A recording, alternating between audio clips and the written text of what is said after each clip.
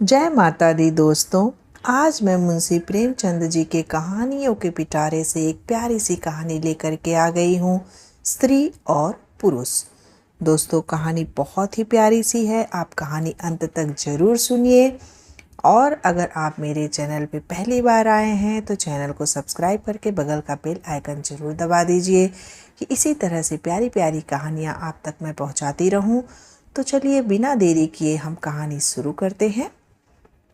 बिपिन बाबू एक कवि थे जिन्हें दुनिया में सबसे ज़्यादा सुंदर रचना महिलाएं ही लगती थीं। इनकी कविताओं में भी सिर्फ महिलाओं के रूप, सुंदरता और यौवन की ही तारीफ हुआ करती थी। जैसे ही किसी महिला का जिक्र होता तो ये अलग और सुंदर सी कल्पना की दुनिया में चले जाते थे। इन्होंने अपने जीवन में भी एक ऐसी ही सुंदर महिला की कल्पना की थी। बिपिन बाबू के मन में था कि उनकी पत्नी फूल सी कोमल, सूरज जैसी चमक, कोयल सी आवाज और सुबह की लाली से शोभित हो। अब बिपिन बाबू के कॉलेज की परीक्षा भी खत्म हो गई थी। बिपिन के लिए कई सारे रिश्ते आ रहे थे। एक दिन बिपिन के मामा ने उसकी शादी भी तय कर दी। बिपिन का मन लड़की देखने का था। उसे देखना था कि जैसी पत्नी की वो कल्पना करता है वो वैसी है या नहीं। बिपिन ने मामा से अपनी होने वाली पत्नी को देखने का निवेदन दिया, लेकिन मामा ने उसे कहा कि वो बहुत ही सुंदर है, उन्होंने उसे खुद देखा है। मामा की बातों पर भरोसा करके बिपिन ने शादी के लिए हाँ कर दी। शादी का दिन भी आ गया। मंडप के पास बैठा बिपिन अपनी पत्नी को देखने के लिए उतावला था। होने वाली पत्नी को उसने गहनों से सजा हुआ देखा। चेहरे पर घूंघट, हाथों और पैरों की सुंदर उंगलियों देखकर उसके मन को थोड़ी सी राहत मिली। दूसरे दिन विदाई के बाद जैसे ही डोली बिपिन के घर पहुंची तो वो तुरंत अपनी पत्नी को देखने के लिए दौड़ा। तब उसकी पत्नी पालकी से बाहर घूंघट उठाकर देख रही थी। जैसे ही बिपिन की निगाहें उस पर पड़ी, उसे बहुत दुख हुआ। बिपिन ने जैसी पत्नी के सपने देखे थे वो बिल्कुल भी वैसी नहीं थी। चौड़ा सा मुंह, चपटी नाक, फूले से गाल बिपिन को बिल्कुल पसंद नहीं आए। रंग भले ही उजला था, लेकिन उसके अलावा बिपिन के सपनों की दुल्हन से वो एकदम अलग थी। बिपिन की सारी खुशी गुम हो गई। उसे मामा पर काफ़ी गुस्सा आया, जिन्होंने लड़की की तारीफों के पुल बांधे थे। सबसे पहले उसने मामा से लड़ाई की, उसके बाद ससुराल वालों से और फिर अपने घर वालों से। बिपिन के मन में हुआ कि इस महिला के साथ किस तरह से पूरा जीवन बिताऊंगा। इसके साथ पूरा जीवन मुझे कांटों पर भरा लगेगा। मैं सोच भी नहीं सकता कि ऐसी महिला से मेरी शादी हो गई है। मेरे क्या ख्वाब थे और क्या हो गया। भगवान को मेरे साथ ही ऐसा करना था। फिर उसके मन में हुआ कि शादी मैंने ज़बरदस्ती तो की नहीं थी। अब इस लड़की को क्या पता था कि पत्नी को लेकर मेरे क्या सपने थे, इसमें इसका क्या दोष है। इस सोच के बाद भी बिपिन का दिल उसे स्वीकार करने को तैयार नहीं था। घंटों श्रृंगार करती थी, अपने बाल संवारती थी, लेकिन बिपिन के मन को बिल्कुल भी नहीं भाती। बिपिन हरदम उससे दूर भागता था और उसकी पत्नी पूरे भाव के साथ उसकी सेवा करना चाहती थी। होते होते बिपिन घर में पल भर भी नहीं टिकता था। जब भी बिपिन की पत्नी आशा उससे कुछ बात करने की कोशिश करती तो वो उसे दो खरी खोटी सुना देता। सबसे बुरी बात यह थी कि उसका चरित्र भ्रष्ट होने लगा। वह यह भूल जाने की चेष्टा करने लगा कि मेरा विवाह हो गया है। कई कई दिनों तक आशा को उसके दर्शन भी न होते। वह उसके कहकहे की आवाज़ें बाहर से आती हुई सुनती, झरोखे से देखती कि वह दोस्तों के गले में हाथ डाले सैर करने जा रहे हैं और तड़प कर रह जाती। एक दिन खाना खाते समय उसने कहा, अब तो आपके दर्शन ही नहीं होते, मेरे कारण घर छोड़ दीजिएगा क्या। बिपिन ने मुंह फेर कर कहा, घर ही पर तो रहता हूँ, आजकल ज़रा नौकरी की तलाश है, इसलिए दौड़ धूप ज़्यादा करनी पड़ती है। तब आशा बोली, किसी डॉक्टर से मेरी सूरत क्यों नहीं बनवा देते? सुनती हूँ आजकल सूरत बनाने वाले डॉक्टर पैदा हुए हैं। फिर विपिन ने जवाब दिया, क्यों नाहक चिढ़ाती हो? यहाँ तुम्हें किसने बुलाया था? आशा बोली, आखिर इस मर्ज की दवा कौन करेगा? विपिन ने जवाब दिया, इस मर्ज की दवा नहीं है। जो काम ईश्वर ने न करते बना उसे आदमी क्या बना सकता है? आशा जवाब दी, यह तो तुम ही सोचो कि ईश्वर की भूल के लिए मुझे दंड दे रहे हो। संसार में कौन ऐसा आदमी है जिसे अच्छी सूरत बुरी लगती हो, लेकिन तुमने किसी मर्द को केवल रूपहीन होने के कारण कुंवारा रहते देखा है? रूपहीन लड़कियां भी माँ बाप के घर नहीं बैठी रहती। किसी न किसी तरह उनका निर्वाह हो ही जाता है। उसका पति उस पर प्राण दे न दे, लेकिन दूध की मक्खी नहीं समझता। विपिन ने झुंझलाकर कहा, क्यों नाहक सिर खपाती हो? मैं तुमसे बहस तो नहीं कर रहा हूँ। दिल पर जब्र नहीं किया जा सकता और न दलीलों का उस पर कोई असर पड़ सकता है। मैं तुम्हें कुछ कहता तो नहीं, फिर तुम क्यों मुझसे हुज्जत करती हो? आशा यह झिड़की सुनकर चली गई।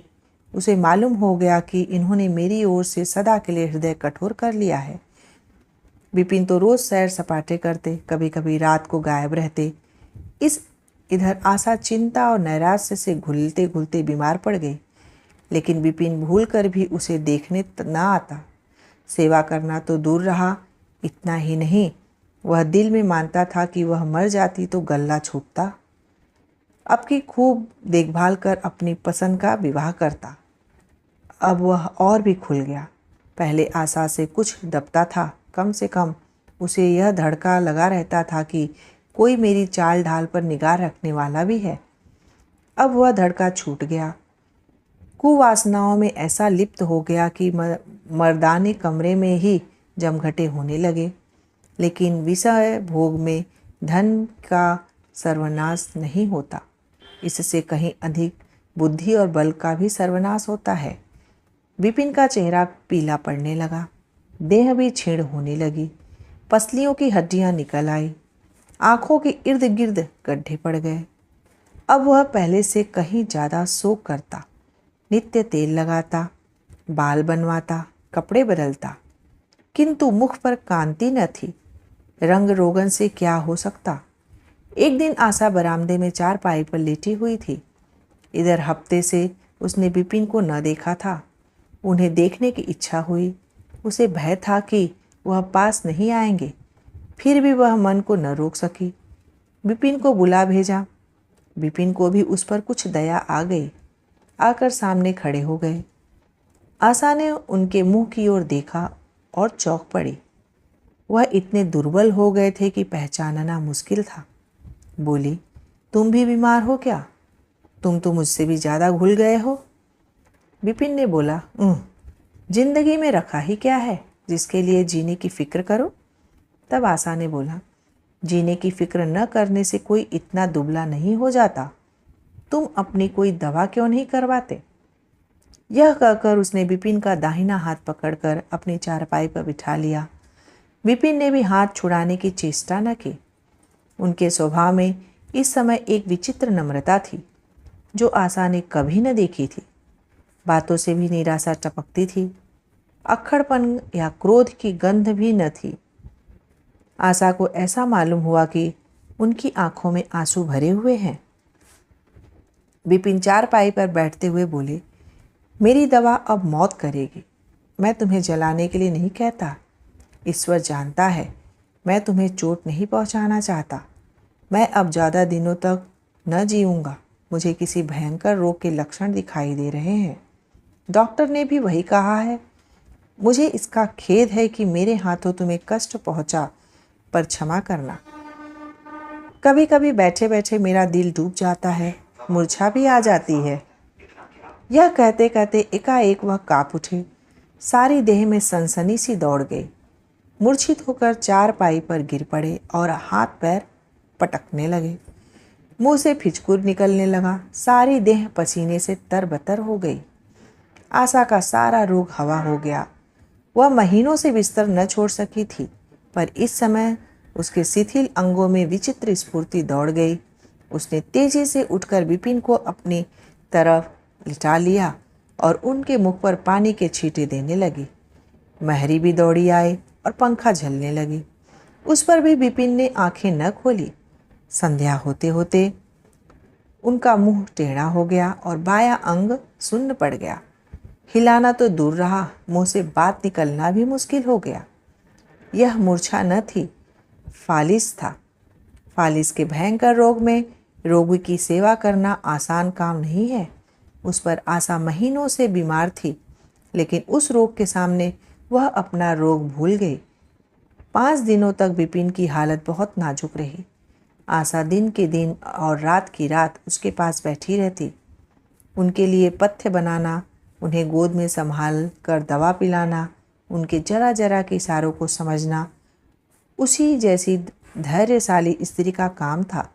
अपना सिर दर्द से फटा करता देह ज्वर देह तपा करती, पर इसकी उसे जरा भी परवाह न थी। 15 दिनों के बाद विपिन की हालत कुछ संभली। उनका दाहिना पैर तो लुंज पड़ गया था, पर तोतली भाषा में कुछ बोलने लगे थे। सबसे बुरी गत उनके सुंदर मुख की हुई थी। वह इतना टेढ़ा हो गया था कि जैसे कोई रबर के खिलौने को खींचकर बढ़ा दे। बैटरी की मदद से जरा देर के लिए बैठे या खड़े हो जाते थे, लेकिन चलने फिरने की ताकत न थी। एक दिन लेटे लेटे उन्हें ख्याल आया, आईना उठाकर अपना मुंह देखने लगे। ऐसा कुरूप आदमी उन्होंने कभी न देखा। आहिस्ता से बोले, आशा, ईश्वर ने मुझे गुरूर की सजा दी है। वास्तव में मुझे यह उसी बुराई का बदला मिला है जो मैंने तुम्हारे साथ की। अब तुम अगर मेरा मुंह देखकर घृणा से भी मुंह फेर लो तो मुझसे उस दुर्व्यवहार का बदला लो जो मैंने तुम्हारे साथ किया। आशा ने पति की ओर कोमल भाव से देखकर कहा, मैं तो आपको अब भी उसी निगाह से देखती हूँ। मुझे तो आप में कोई अंतर नहीं दिखाई देता। तब विपिन बोला, वाह, बंदर का सा मुंह हो गया है। तुम कहती हो कि कोई अंतर नहीं। मैं तो अब कभी बाहर न निकलूँगा। ईश्वर ने मुझे सचमुच दंड दिया है। बहुत यत्न किए गए, पर विपिन का मुंह सीधा न हुआ। मुख्य का बाया भाग इतना टेढ़ा हो गया था कि चेहरा देखकर डर मालूम होता था। हाँ, पैरों में इतनी शक्ति आ गई थी कि अब वह चलने फिरने लगे। आशा ने पति को बीमारी में देवी की मनौती की थी। आज उसी की पूजा का उत्सव था। मोहल्ले की स्त्रियां बनाव श्रृंगार किए जमा थीं। गाना बजाना हो रहा था। एक सहेली ने पूछा, क्यों आशा, आज तो तुम्हें उनका मुंह जरा भी अच्छा न लगता होगा। आशा ने गंभीर होकर कहा, मुझे तो पहले से कहीं ज़्यादा अच्छा लगता है। चलो, बातें बनाती हो। नहीं बहन, सच कहती हूँ। रूप के बदले मुझे उनकी आत्मा मिल गई है, जो रूप से कहीं बढ़कर है। विपिन कमरे में बैठे हुए थे। कई मित्र जमा थे। ताश हो रहा था। कमरे में एक खिड़की थी जो आंगन में खुलती थी। इस वक्त वह बंद थी। एक मित्र ने उसे चुपके से खोल दिया और शीशे से झांक कर विपिन से कहा, आज तो तुम्हारे यहाँ परियों का अच्छा जमघट है। विपिन, बंद कर दो। विपिन ने कहा, खिड़की बंद कर दो। अजी जरा देखो तो कैसी कैसी सूरतें हैं। तुम्हें इन सबों में कौन सबसे अच्छी मालूम होती है। विपिन ने उड़ती हुई नज़रों से देखकर कहा, मुझे तो वही सबसे अच्छी मालूम होती है जो थाल में फूल रख रही है। वाह हरी आपकी निगाह, क्या सूरत के साथ तुम्हारी निगाह भी बिगड़ गई है। मुझे तो वह सबसे बदसूरत मालूम होती है, इसलिए कि तुम उसकी सूरत देखते हो और मैं उसकी आत्मा देखता हूँ। अच्छा, यही मिसेस विपिन है? जी हाँ, यह वही देवी है। कैसी लगी आपको मुंशी प्रेमचंद की कहानी स्त्री और पुरुष? हमें कमेंट बॉक्स में लिख करके ज़रूर बताइए। तो दोस्तों, इसी तरह प्यारी प्यारी कहानियों के लिए आप मेरे चैनल को सब्सक्राइब कर दीजिए और फिर से मैं एक नई कहानी लेकर के आपके सामने आऊँगी। तब तक के लिए जय माता दी।